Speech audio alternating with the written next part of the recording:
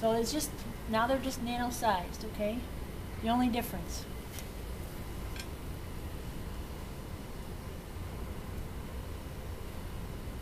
So, what do you think? It's solid or liquid?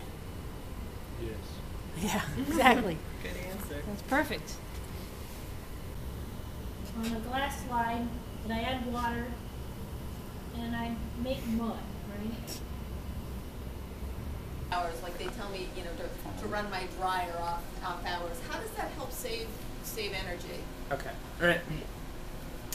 The peak hours is what she was saying is that during the for example, during the summer, let's take a day. Take a day example. People use energy at different times, right?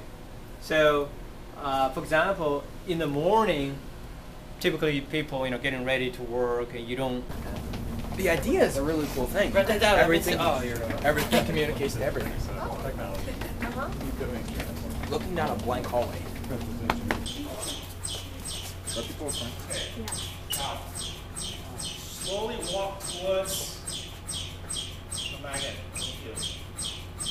Feel some traction, yes. Okay, alright. Move just a little bit closer. Up or down. Okay, pull back. Okay, so, as you get closer to the magnet, what do you feel? More force, less force? That's it, right? Okay.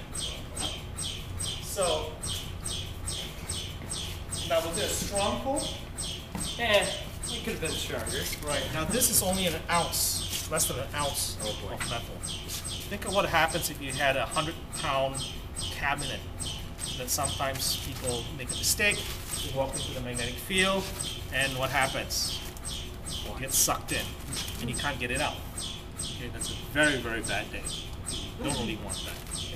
The sound you're hearing is when you pass a current through a wire in a magnetic field, it causes the wire to experience a force.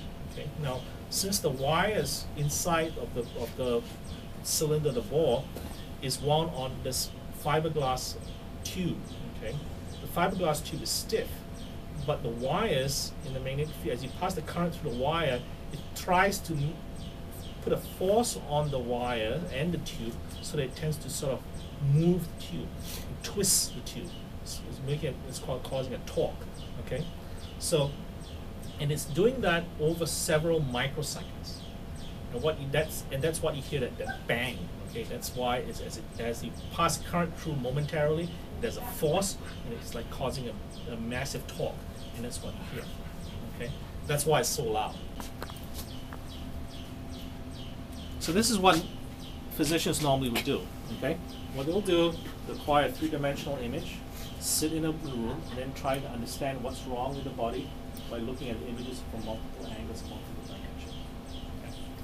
Now, MRI, we can produce basically almost 10,000 images in less than 10 minutes. Okay, so it's a lot of data that's coming at the physicians.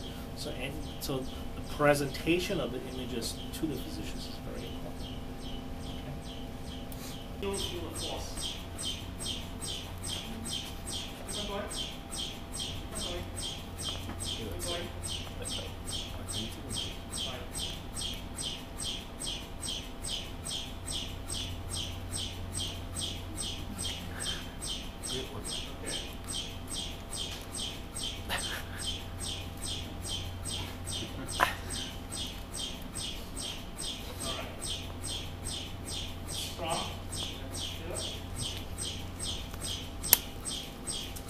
Kind of the business end, we've got our piston, our engine head, and these are stock engine parts. So this is actually the hardware that goes in a real engine. It's a full-scale model.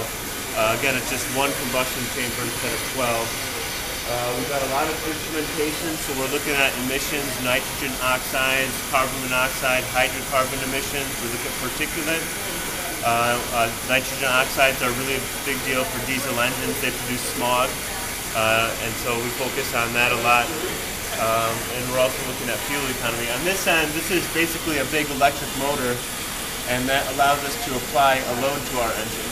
So if we just turn the engine on, it'll go as fast as it wants, but we really want to generate high load. Adam's over there, you can take you onto the PDE.